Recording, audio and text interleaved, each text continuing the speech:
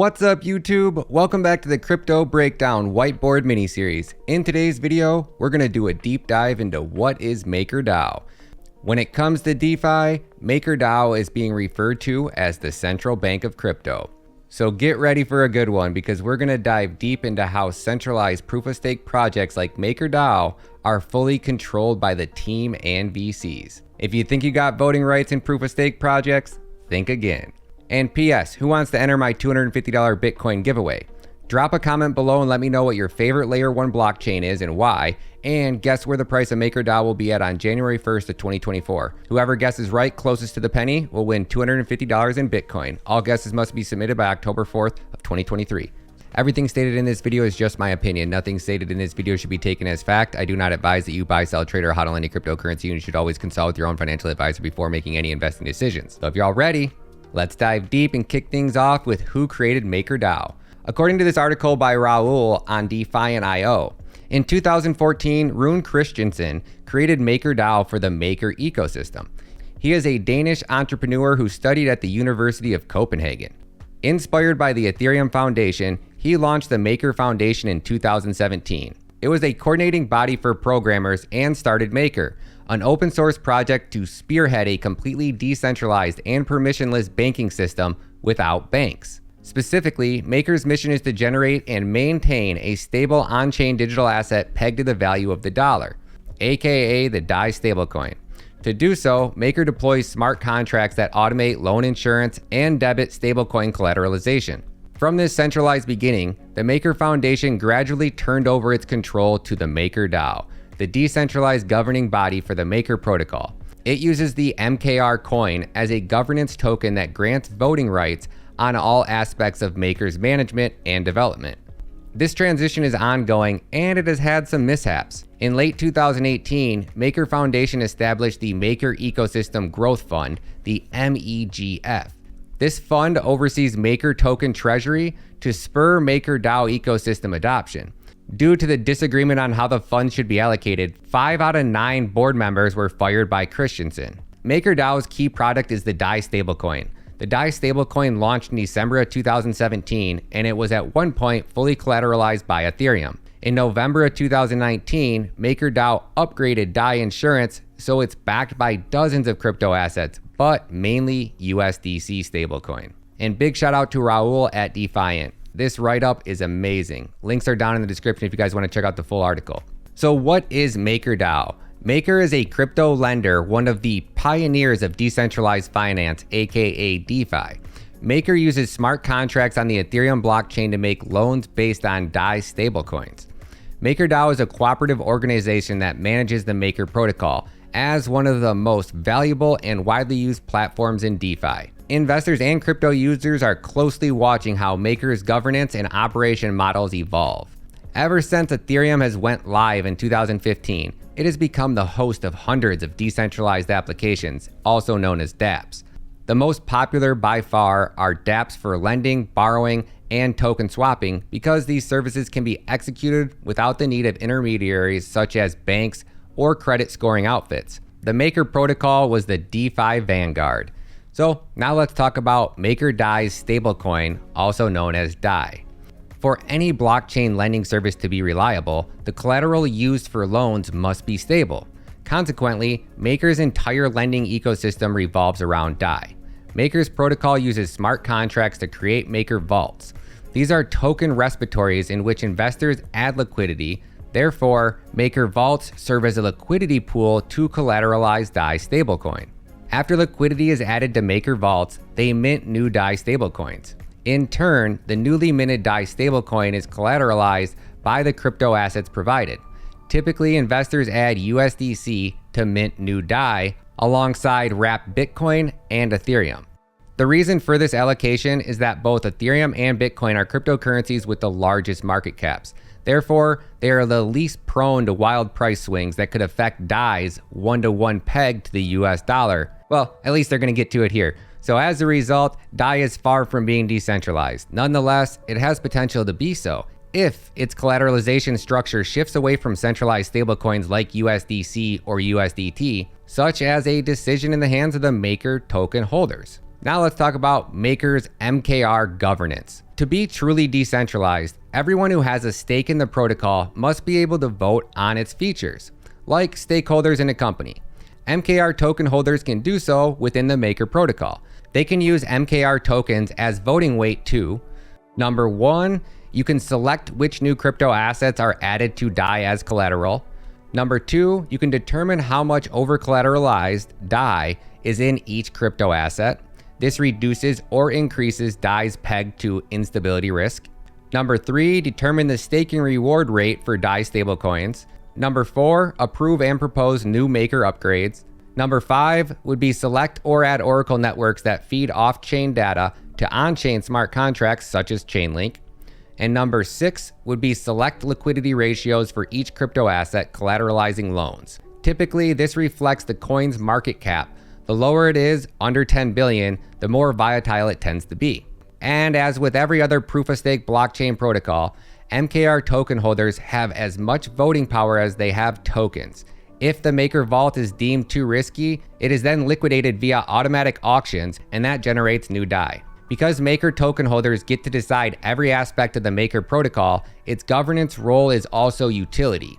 When a voting smart contract is initiated, one Maker token is equivalent to one vote. Just like they would add liquidity to a smart contract liquidity pool, MKR token holders add their stake into a locked voting smart contract. In addition to voting, MKR encourages responsible economic activity. If Maker's ecosystem of loans is overburdened with too much debt, MKR supply is increased as a backup, because this devalues the price of each MKR token. And what that does is it discourages irresponsible risk taking. Now, this is where I have to call a little BS. According to ICO drops on January 18th of 2021, MakerDao held an ICO where they raised $7,800,000 in additional capital. But from the research that I just did, there is no official ICO for MakerDao. According to this Reddit post in the MakerDao community, does anybody know where there's information about MakerDao's ICO? Response: you could not find any ICO information because there has never been one. MKR has been slowly moved onto the market, first through private sales, then BitShare markets before MKR.market opened up. Polychain got a good deal because they promised to do a lot of work for the MakerDao. There was no insider trading, the proposal was public, and this was MakerDao's response to it. So unfortunately, MakerDao and ICO token sale information is extremely hard to find. So it's hard to say what percentage of coins were bought by VCs in the early stages. Now, before we talk about price predictions, let's take a look at the MakerDao RichList. And can you do me a favor? Tap that like button and tap that subscribe button and drop some comments below. It would mean the world to me, and I would greatly appreciate your efforts. Please and thank you. According to CoinCarp, MakerDao RichList is as followed. There are only 88,373 wallets holding MKR token. The top 10 MakerDao wallets hold 44.89% of coins out in circulation. The top 20 wallets hold 54.61% of coins out in circulation. The top 50 wallets hold 71.43% of coins out in circulation. And the top 100 wallet addresses hold 82.65% of coins out in circulation. So I don't really know how you call that decentralized or permissionless. Point in case, MakerDao community approves proposal to place USDC in Coinbase's custody platform. According to this article on CoinDesk by Stefan Alpler, the MakerDao community has approved a proposal to place as much as $1.6 billion in USDC coins with Coinbase Prime, where it will yield 1.5%. MakerDao is the issuer of the Dai Stablecoin.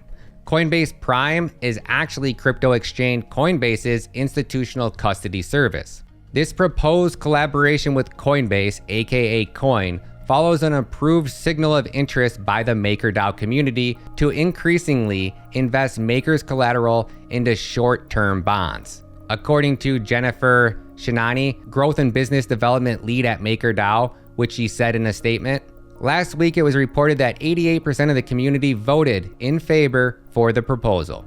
Pretty funny, right guys? I don't know how the crypto media has turned into a full-blown CNN style of reporting, but it's pretty sad and depressing to say the least.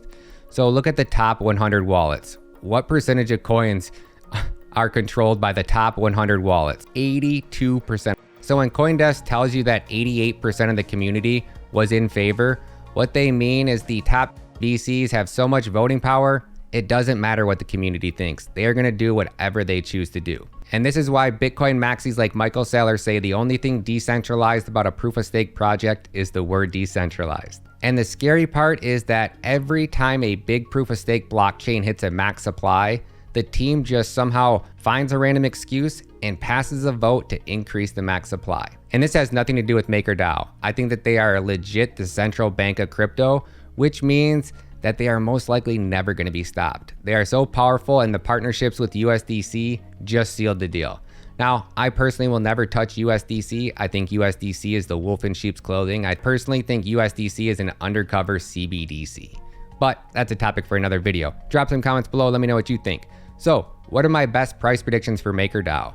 According to CoinMarketCap, DAO's current price is $964.54. MakerDao has released 977,631 coins out in circulation, which is actually 97% of their max supply.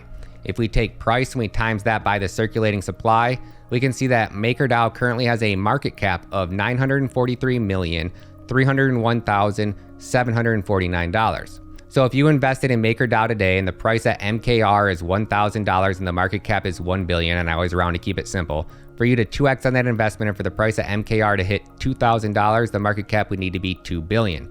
For you to 10x on that investment and for the price at MKR to hit $10,000, the market cap would need to be $10 billion. For you to 20x on that investment and for the price at MKR to hit $20,000, the market cap would need to be $20 billion. And for you to 100x on an MKR investment and for the price of MKR to hit $10,000, the market cap would need to be $100 billion.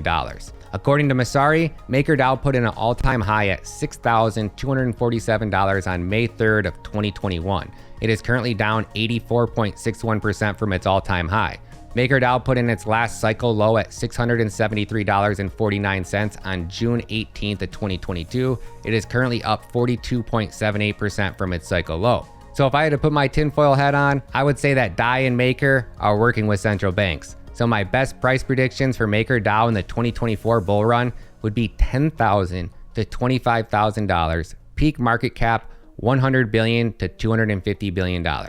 No, I do not own any, and no, I do not plan to own any. It's not about money with me. It's about investing in projects that I believe in, that I think they're going to make the world a better place for my son in the future.